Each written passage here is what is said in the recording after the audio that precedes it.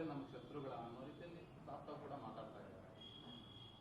ಅಲ್ಲ, ಯಾರನ್ನು ಬೇಕಾದರೂ ಮೀಟ್ ಮಾಡೋದು ಅದು ಬೇರೆ ವಿಚಾರ. ನನಗೇನು ಅಬ್ಜೆಕ್ಷನ್ ಇಲ್ಲ. ಕುಮಾರಸ್ವಾಮಿ ಅವರು ಬಂದು ನನ್ನನ್ನು ಮೀಟ್ ಮಾಡಬೇಕು ಅಂದರೆ ಅದೊಂದು ಕಟ್ಟಸಿ ವಿಸಿಟ್ ಆಗುತ್ತೆ. ಖಂಡಿತ ನಾನು ಅದನ್ನು ಗೌರವಿಸ್ತೀನಿ. ನಾನು ಅದಕ್ಕೇನು ನೆಗೆಟಿವ್ ಕಮೆಂಟ್ ಏನೋ ನಾನು ಮಾಡೋಕ್ಕೆ ಹೋಗಲ್ಲ. ಆದರೆ ನಾನು ಹೇಳ್ದಂಗೆ ನನ್ನ ಇಂಟ್ರೆಸ್ಟು, ನನ್ನ ವಿಚಾರ ಏನಿದ್ರು ಮಂಡ್ಯ.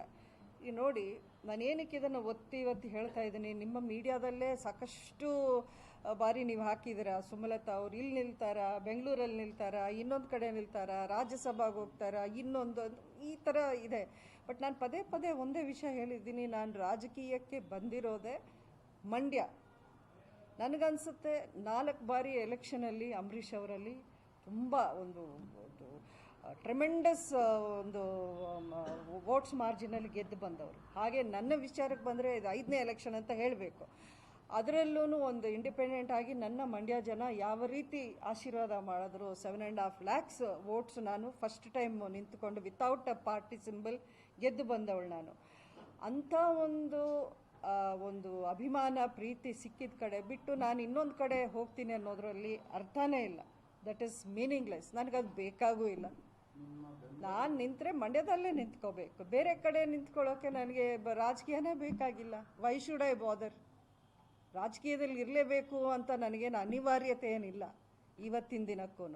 ಬಟ್ ಆದ್ರೂ ನನ್ನ ಪರ್ಸ್ನಲ್ ಇದು ನಾನು ಹೇಳಬೇಕು ಅಂದರೆ ನನಗೇನು ಅನಿಸುತ್ತೆ, ಅಂಬರೀಷ್ ಅವರು ಹೋಗ್ತಾ ನನಗೂ ಒಂದು ಜವಾಬ್ದಾರಿನ ಬಿಟ್ಟು ಹೋಗಿದ್ದಾರೆ. ಅದಕ್ಕೆ ಮಂಡ್ಯ ಜನ ನನ್ನ ಅಷ್ಟು ಒತ್ತಾಯ ಮಾಡಿ ನೀವೇ ನಿಂತ್ಕೋಬೇಕು ಅಂತ ನನ್ನ ಗೆಲ್ಲಿಸಿದ್ದಾರೆ.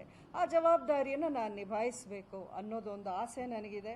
ಅದು ಅಂಬರೀಷ್ ಅವರ ಕನಸುಗಳು ಏನಿದೆ ಅದನ್ನು ನಾನು ಪೂರೈಸಬೇಕು. ಅವ್ರು ಬಿಟ್ಟೋಗಿರೋ ಕನಸುಗಳನ್ನು ನಾನು ಪೂರೈಸಬೇಕು. ಅವ್ರ ಲೆಗಸಿ ಏನಿದೆ ಅದನ್ನು ನಾನು I have to take it forward ಅನ್ನೋದು ಒಂದೇ ಒಂದು ಆಸೆ ನನಗೆ. ಅದು ಬಿಟ್ಟರೆ ನನಗೆ ಪೊಲಿಟಿಕಲಿ ಏನೇನೋ ಆಗಬೇಕು ಅನ್ನೋ ಆಸೆ ನನಗಿಲ್ಲ.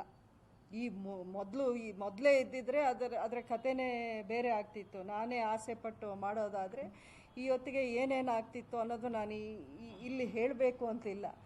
ಆದರೆ ಐ ವಾಂಟ್ ಟು ಪರ್ಟಿಕ್ಯುಲರ್ಲಿ ಸ್ಪಷ್ಟವಾಗಿ ನಾನು ಹೇಳೋಕ್ಕೆ ಇಷ್ಟಪಡ್ತೀನಿ. ಇದು ಖಂಡಿತ ನನಗೆ BJP ಮಂಡ್ಯದಲ್ಲಿ ಸೀಟು ಅವರೇ ರಿಟೈನ್ ಮಾಡ್ತಾರೆ, ನನಗೆ ಕೊಡ್ತಾರೆ ಅನ್ನೋ ಒಂದು ಕಾನ್ಫಿಡೆನ್ಸ್ ನನಗೆ ಇವತ್ತಿದೆ. ನಾನು ಈ ಕಾನ್ಫಿಡೆನ್ಸ್ ಏನೋ ಅಹಂಕಾರದಿಂದ ಹೇಳ್ತಾ ಇಲ್ಲ.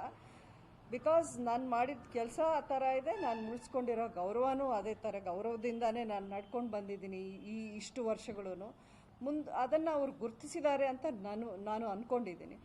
ಸೊ ಇದರಲ್ಲಿ ಅದಕ್ಕೆ ನಾನು ಪ್ರೆಸ್ಸಲ್ಲಿ ಇಷ್ಟು ದಿನಾನು ಮಂಡ್ಯದಲ್ಲೂ ನಾನು ಹೇಳಬೇಕಾದ್ರೆ ನಾನು ಕ್ಲಿಯರಾಗಿ ಹೇಳಿದ್ದೀನಿ, ನನಗೇನು ಟೆನ್ಷನ್ ಇಲ್ಲ. ನೀವು ಯಾಕೆ ಇಷ್ಟು ಟೆನ್ಷನ್ ಪಡ್ತಾ ಇದ್ದೀರಾ? I am very cool because I am confident ಅಷ್ಟೇ.